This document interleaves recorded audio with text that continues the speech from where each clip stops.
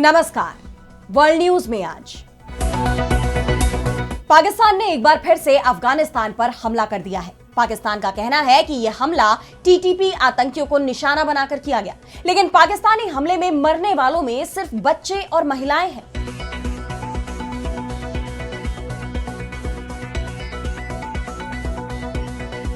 पाकिस्तान के हमले के साथ ही दोनों देशों के बीच चल रहा सीज फायर भी टूट गया है। अफगानिस्तान पहले ही ये साफ कर चुका है कि अगर हमला हुआ तो उसका करारा जवाब दिया जाएगा। ऐसे में एक बार फिर से पाकिस्तान और अफगानिस्तान में होगी जंग। पाकिस्तान की तरफ से अभी तक इस हमले को लेकर कोई बयान नहीं आया है और इसका कारण भी यह है कि बेकसूरों की जान लेकर वो खुद ही फंसता दिख रहा है। इस पर हम करेंगे विस्तार से चर्चा, लेकिन आइए जरा उन खबरों को भी देख लें जिन पर आगे होगी बात। चीन से जंग की तैयारी में जुटा जापान, दक्षिणी सीमा पर तैनात की मिसाइलें। चीनी राष्ट्रपति जिनपिंग ने अमेरिका के राष्ट्रपति ट्रंप को मिलाया फोन।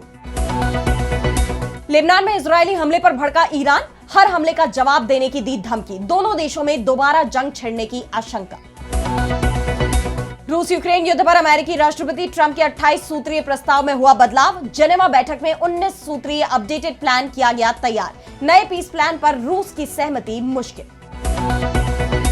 और चलते चलते में देखेंगे इथियोपिया में 12,000 साल बाद फटे ज्वालामुखी को 15 किलोमीटर ऊंचा उठा राख का गुबार। इन सभी खबरों पर हम विस्तार से करेंगे बात, लेकिन पहले एक नजर हेडलाइंस पर।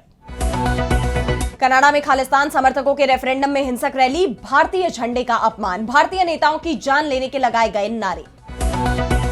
इजरायली पीएम नेतन्याहू ने तीसरी बार टाली भारत यात्रा। इजरायली मीडिया रिपोर्ट्स का दावा, दिल्ली में हुए बम धमाके के बाद लिया गया फैसला। नेतन्याहू की वैश्विक छवि को सुधारने के लिए अहम मानी जा रही थी ये यात्रा। अब विदेशी कंपनियों को हर सामान पर देना पड़ेगा पूरा टैक्स। राष्ट्रपति ट्रंप ने टैरिफ नीति को अमेरिका के हित में बताया। सुप्रीम कोर्ट से की तत्काल फैसले की मांग। मुस्लिम ब्रदरहुड के खिलाफ अमेरिकी राष्ट्रपति ट्रंप का एक्शन, कुछ शाखाओं को विदेशी आतंकी संगठन घोषित करने का आदेश। इजरायली पीएम नेतन्याहू और क्षेत्रीय सहयोगियों की अपील पर उठाया कदम। तो पाकिस्तान और अफगानिस्तान के बीच एक बार फिर जंग शुरू हो गई है। पाकिस्तान की एयर स्ट्राइक में 10 अफगानी नागरिकों की जान चली गई। इसके साथ ही दोनों देशों के बीच जो सीज फायर हुआ था वो भी टूट गया है। पाकिस्तान का कहना है कि उसने ये हमला तहरीके तालिबान पाकिस्तान यानी टीटीपी के आतंकियों पर किया है, जो अफगानिस्तान में शरण लिए हुए हैं। लेकिन अफगानिस्तान का कहना है कि पाकिस्तान के हमले में 10 बेकसूरों की जान गई है। तालिबान के प्रवक्ता जबीहुल्लाह मुहाजिर ने कहा कि पाकिस्तानी हमलावर सेनाओं ने रात में अफगानिस्तान के खोस्त प्रांत में आम लोगों के इलाकों को निशाना बनाकर हवाई हमले किए हैं। एक स्थानीय आम नागरिक के घर पर बमबारी की, जिसमें 9 बच्चों और एक महिला समेत 10 लोगों की जान चली गई। माना जा रहा है कि पाकिस्तान का यह हमला खैबर पख्तूनख्वा की राजधानी पेशावर में हुए फिदायीन हमले का जवाब है। इस हमले में पाकिस्तान के कई जवानों की जान चली गई थी, लेकिन सवाल तो यह है कि क्या पाकिस्तान कहीं भी बम गिराकर मासूम बच्चों को मारकर इसका बदला लेगा? पाकिस्तान ने काबुल पर आरोप लगाया है कि तहरीके तालिबान पाकिस्तान के जरिए लगातार ऐसे फिदायीन हमले करवाए जा रहे हैं, जबकि अफगानिस्तान अपनी तरफ से यह दावा करता है कि वो इन संगठनों से दूरी बनाए हुए है और इन हमलों में उसका कोई हाथ नहीं है। उसका कहना है कि वो अपनी धरती का इस्तेमाल किसी भी दूसरे देश पर हमले के लिए नहीं करने देता। तालिबान सरकार का कहना है कि पाकिस्तान अपनी सुरक्षा की नाकामी का ठीकरा अफगानिस्तान पर फोड़ रहा है। वो अपने लोगों पर बम गिरा रहा है, जिसके चलते वहां बगावत के हालात हैं। तालिबान सरकार ने यह भी कहा कि पाकिस्तान आईएसआईएस को मदद दे रहा है, जिससे पाकिस्तान हमेशा इनकार करता रहा है। यानी दोनों के बीच आरोपों का खेल हो रहा है, लेकिन दोनों ही देशों के बीच सबसे बड़ा मुद्दा डुरंड लाइन को लेकर है। डुरंड लाइन को लेकर लंबे समय से विवाद छिड़ा हुआ है। 2021 में अफगानिस्तान हुकूमत पर तालिबान के कंट्रोल के बाद पाकिस्तान खुश दिखाई दे रहा था, क्योंकि तालिबान को सालों तक उसी ने पाला और पोसा था। पाकिस्तान को उम्मीद थी कि तालिबान की सरकार उसके इशारे पर काम करेगी और डुरंड लाइन का विवाद हल हो जाएगा, लेकिन पाकिस्तान की यह उम्मीद पूरी नहीं हुई। तालिबान ने पाकिस्तान के दबाव में फैसले लेने से साफ इनकार कर दिया, जिसके बाद से ही दोनों देशों के बीच तनाव बढ़ता जा रहा है। अब बात डुरंड लाइन की करें तो ये लाइन ब्रिटिश काल में भारत और अफगानिस्तान के बीच खींची गई थी। ये दोनों देशों की पारंपरिक जमीन को बांटती है और दोनों तरफ के पठान इसे कभी स्वीकार नहीं करते।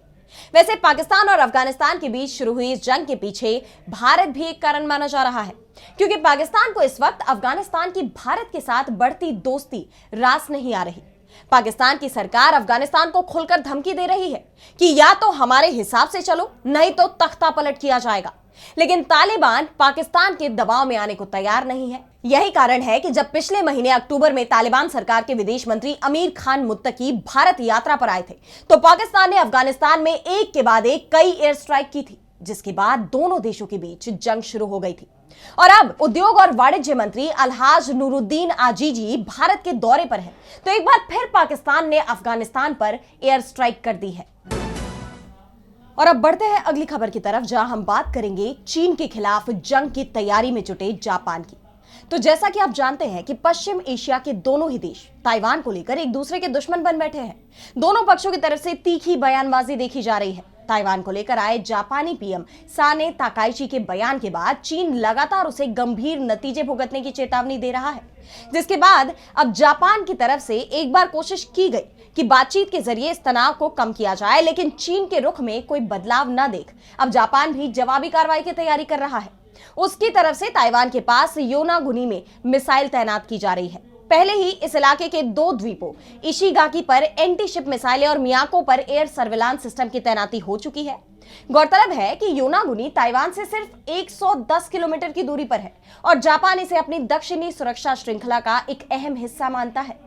चीन के साथ बढ़ते इस तनाव पर जापान के रक्षा मंत्री शिंजिरो कोइजुमी ने कहा कि जापान और अमेरिका को साथ मिलकर डिटरेंस बढ़ानी होगी, क्योंकि द्वितीय विश्व युद्ध के बाद ये सबसे गंभीर सुरक्षा माहौल है। जिसके बाद चीनी राष्ट्रपति शी जिनपिंग की अमेरिकी राष्ट्रपति डोनाल्ड ट्रंप से भी बातचीत की खबर सामने आई है। चीनी सरकारी एजेंसी शिन्हुआ के मुताबिक जिनपिंग ने ट्रंप को फोन कर बात की है। हालांकि इस बात की पुष्टि नहीं की गई कि दोनों नेताओं के बीच क्या बातचीत हुई, लेकिन बताया जा रहा है कि जिनपिंग ने ताइवान और जापान को लेकर ट्रंप से चर्चा की। उन्होंने कहा कि अमेरिका और चीन ने द्वितीय विश्व युद्ध में कंधे से कंधा मिलाकर फांसीवाद और सैन्यवाद के खिलाफ लड़ाई लड़ी थी, इसलिए ताइवान का चीन में विलय पोस्ट वॉर इंटरनेशनल ऑर्डर का हिस्सा है। ताइवान हमारा होगा, यही उसका भविष्य है। अब दोनों देशों को दूसरे विश्व युद्ध के नतीजों को ध्यान में रखकर साथ काम करना चाहिए। आप जानते हैं कि चीन हमेशा ही ताइवान को अपना क्षेत्र बताता है, जबकि ताइवान खुद को एक संप्रभु देश बताता है। और अब जिस तरह जिनपिंग ने ट्रंप को चीन का रुख साफ किया है, उसके बाद सवाल ये उठ रहे हैं कि क्या ताइवान के आसपास बढ़ते तनाव, जापान की मिसाइल तैनाती और चीन की सख्त प्रतिक्रिया ने बीजिंग को कूटनीतिक मोर्चा तेज करने पर मजबूर कर दिया है। दोनों नेताओं के बीच ये बातचीत ऐसे वक्त में हुई है जब अमेरिका ने इससे पहले जापान का समर्थन करते हुए उसकी सुरक्षा को लेकर अपनी प्रतिबद्धता जताई थी। वहीं ताइवान भी पहली बार खुलकर जापान के समर्थन में उतर आया है। योनागुनी में मिसाइल तैनाती पर ताइवान के उप विदेश मंत्री फ्रांसुआ वू ने कहा कि जापान का कोई दुश्मनी वाला इरादा नहीं है। जापान एक संप्रभु देश है और अपनी सुरक्षा के लिए कदम उठाने का पूरा अधिकार रखता है। ये ताइवान जलडमरू मध्य में स्थिरता बनाए रखने में मदद करेगा। यानी चीन के खिलाफ ताइवान और जापान एकजुट है, लेकिन इस पूरे घटनाक्रम ने जापान और चीन के बीच जंग की आशंका को और बढ़ा दिया है। और अब आगे बढ़ते हैं, जहां अगली खबर में हम बात करेंगे ईरान की। तो ईरान और इजराइल के बीच जंग तय है, ये बात इजराइल भी जानता है और ईरान भी। बस जंग का वक्त तय नहीं हुआ है। दोनों ही देश जंग की तैयारी कर रहे हैं। एक छोटी सी चिंगारी कभी भी बड़ी जंग में बदल जाएगी और ये चिंगारी अब उठती दिखने भी लगी है। 2 दिन पहले ही इजराइल ने लेबनान की राजधानी बेरूत में जबरदस्त एयर स्ट्राइक की, जिसमें हिजबुल्लाह के आर्मी चीफ हेथम अली तबतबाई के साथ 5 लोगों की जान चली गई। इजराइल ने इस हमले की जिम्मेदारी भी ली और साफ कर दिया कि इस तरह के हमले आगे भी जारी रहेंगे। हिजबुल्लाह के सीनियर अधिकारी महमूद कमाती ने इजराइल के इस हमले को रेड लाइन क्रॉस करने वाली कार्रवाई करार दिया है। तो अब ईरान भी भड़क उठा है। उसने इजराइल को गंभीर खामियाजा भुगतने की चेतावनी दी है। ईरान के इस्लामिक रिवॉल्यूशनरी गार्ड कोर ने हिजबुल्लाह के आर्मी चीफ हेथम अली तबतबाई की मौत पर एक बयान जारी किया। आईआरजीसी ने इजराइल की तरफ से किए गए इस हमले की कड़ी निंदा की और जवाबी कार्रवाई करने की धमकी दी। आईआरजीसी ने कहा कि हिजबुल्लाह और ईरान समर्थित सभी हथियारबंद ग्रुप्स हेथम अली तबतबाई की मौत का बदला लेने का अधिकार रखते हैं। हिजबुल्लाह समर्थक ग्रुप्स अपने हिसाब से सही समय आने पर इस मौत का बदला लेंगे और इजराइल को कड़ा जवाब देंगे। वहीं ईरान के विदेश मंत्रालय ने इजराइल के इस हमले को सीजफायर का खुला उल्लंघन बताया है। यह बात तो आप जानते ही हैं कि पिछले साल 2024 में सीजफायर समझौता हुआ था, लेकिन इजराइल इस समझौते का बार बार उल्लंघन करता रहा है। तो दूसरी तरफ ईरान अब तेजी से जंग की तैयारी में जुट गया है। खबर यह भी आ रही है कि ईरान अपनी पुरानी परमाणु हथियार वाली साइट तालेगान 2 को तेजी से फिर से बना रहा है। ये साइट तेहरान के पास पार्चिन मिलिट्री कॉम्प्लेक्स में है। नवंबर 2025 की नई सैटेलाइट तस्वीरों से इसका खुलासा हुआ है। दरअसल साल 2000 की शुरुआत में ईरान ने अमाद प्लान नाम से एक गुप्त प्रोजेक्ट शुरू किया था। इसका मकसद परमाणु बम बनाना था। तालिबान 2 इसी प्रोजेक्ट का मुख्य केंद्र था। यहां बम में धमाका करने वाले पार्ट्स का टेस्ट होता था। अक्टूबर 2024 में इजराइल ने इस साइट पर बमबारी करके इसे पूरी तरह तबाह कर दिया था और अब सिर्फ एक साल बाद ही ईरान ने इसका दोबारा निर्माण शुरू कर दिया है और कहा जा रहा है कि यह साइट फिर से शुरू हो गई है, जिसके बाद माना यह भी जा रहा है कि पश्चिम एशिया में कभी भी जंग शुरू हो सकती है, क्योंकि इजराइल के प्रधानमंत्री बेंयामिन नेतन्याहू पहले ही कह चुके हैं कि ईरान को कभी भी परमाणु बम नहीं बनाने देंगे।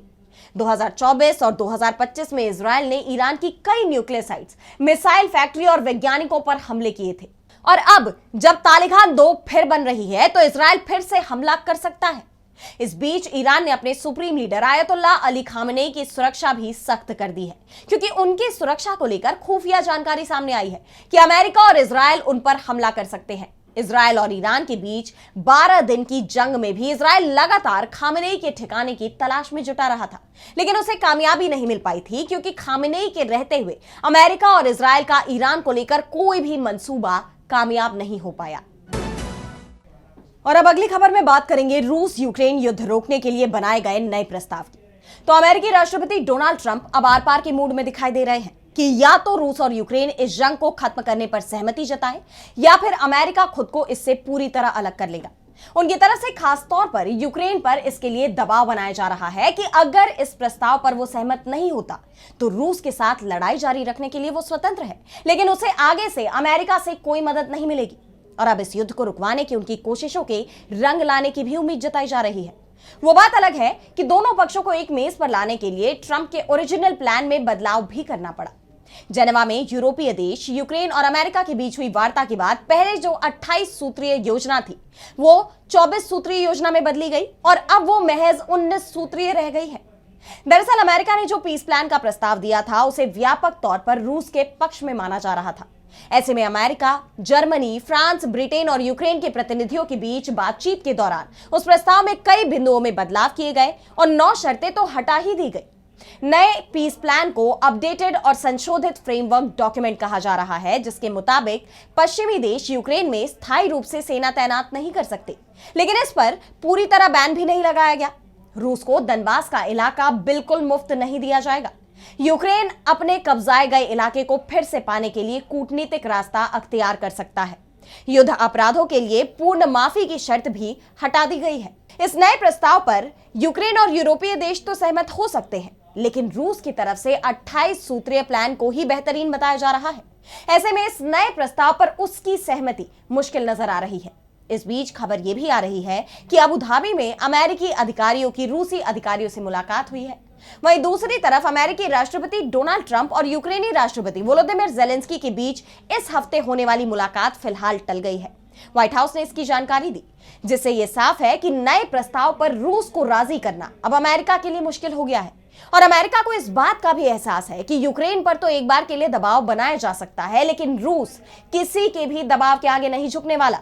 ऐसे में अब इस युद्ध विराम पर सहमति बनाने के लिए आगे क्या कदम उठाए जाते हैं, ये देखना होगा।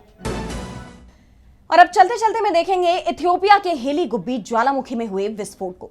तो करीब 12,000 साल बाद अचानक ये वॉल्केनो फट पड़ा है, जिसने सभी को हैरान कर दिया। ये इतना पुराना और शांत ज्वालामुखी था कि आज तक इसका कहीं कोई रिकॉर्ड नहीं था, लेकिन अब इस ज्वालामुखी के फटने के बाद आसपास के गांवों में धूल की परत जम गई है। इस विस्फोट से उठने वाली राख और सल्फर डाइऑक्साइड करीब 15 किलोमीटर की ऊंचाई तक पहुंच गई, जिससे पड़ोसी गांवों में धूल भर गई और किसानों के लिए कई चुनौतियां पैदा हो गई। स्थानीय लोगों ने बताया कि किसी के हताहत होने की खबर तो नहीं है, लेकिन विस्फोट से स्थानीय पशुपालकों के लिए खतरा पैदा हो गया है, क्योंकि इससे महत्वपूर्ण चारागाह भूमि पूरी तरह नष्ट हो गई। और इसका नजारा सैटेलाइट तस्वीरों में भी दिखाई दिया। सैटेलाइट तस्वीरों में राख का बादल लाल सागर के ऊपर तैरता हुआ दिखाई दिया। और अब इथियोपिया में फटे इस ज्वालामुखी का असर 4300 किलोमीटर दूर भारत तक आ पहुंचा है। Toulouse volcanic ash advisory centre के मुताबिक ज्वालामुखी से निकला गुबार यमन, ओमान, भारत और उत्तरी पाकिस्तान तक बहकर पहुंचा। इस विस्फोट का असर उड़ानों पर भी पड़ रहा है। राख से हवा की क्वालिटी और मौसम पर प्रभाव पड़ा है। इन हालात को देखते हुए भारतीय एयरलाइन नियंत्रक डीजीसीए ने उड़ानों के लिए आपातकालीन एडवाइजरी जारी की है, जिससे दिल्ली, जयपुर समेत कई शहरों में हवाई यातायात प्रभावित हुआ है। इंडिगो की 6 उड़ानें रद्द करनी पड़ी। यात्रियों को सतर्क रहने की सलाह दी गई है। दिल्ली के आसमान में जो राख का बादल दिख रहा है, उस पर मौसम विभाग की भी नजर बनी हुई है। लोग परेशान नजर आ रहे हैं। सवाल ये उठ रहे हैं कि आखिर राख के ये बादल कब छटेंगे। तो आईएमडी ने इसकी जानकारी देते हुए बताया कि इथियोपिया में ज्वालामुखी विस्फोट से बने राख के बादल शाम 7:30 बजे तक भारतीय आसमान से साफ हो जाएंगे और अब ये चीन की तरफ बढ़ रहा है। शाम तक ये भारत से दूर चला जाएगा, लेकिन विस्फोट होने के बाद से आपके मन में भी एक सवाल उठ रहा होगा कि आखिर ये राख का बादल फैला कैसे। तो इसकी जानकारी सामने आई है, जिसके मुताबिक इथियोपिया के अफार क्षेत्र में ढाल ज्वालामुखी हेली गुब्बी लगभग 10,000 सालों की निष्क्रियता के बाद 23 नवंबर को फट गया, जिससे राख 14 किलोमीटर यानी 45,000 फीट तक वायुमंडल में फैल गई। इरिट्रिया सीमा के पास राजधानी अदिस अबाबा से लगभग 800 किलोमीटर उत्तर पूर्व में अफार क्षेत्र से राख के मोटे मोटे गुबार उठे और वो उच्च स्तरीय हवाओं के साथ लाल सागर के पार यमन और ओमान की तरफ बह गए और फिर अरब सागर से होते हुए पश्चिमी और उत्तरी भारत की तरफ बढ़ गए। ऐसे में सबकी नजरें इस राख के बादल पर बनी हुई हैं कि आखिर ये कब छटेंगे। फिलहाल आज इस वर्ल्ड न्यूज में इतना ही। देश दुनिया की तमाम बड़ी खबरों के लिए आप देखते रहिए डीबी लाइव और मुझे दीजिए इजाजत। नमस्कार।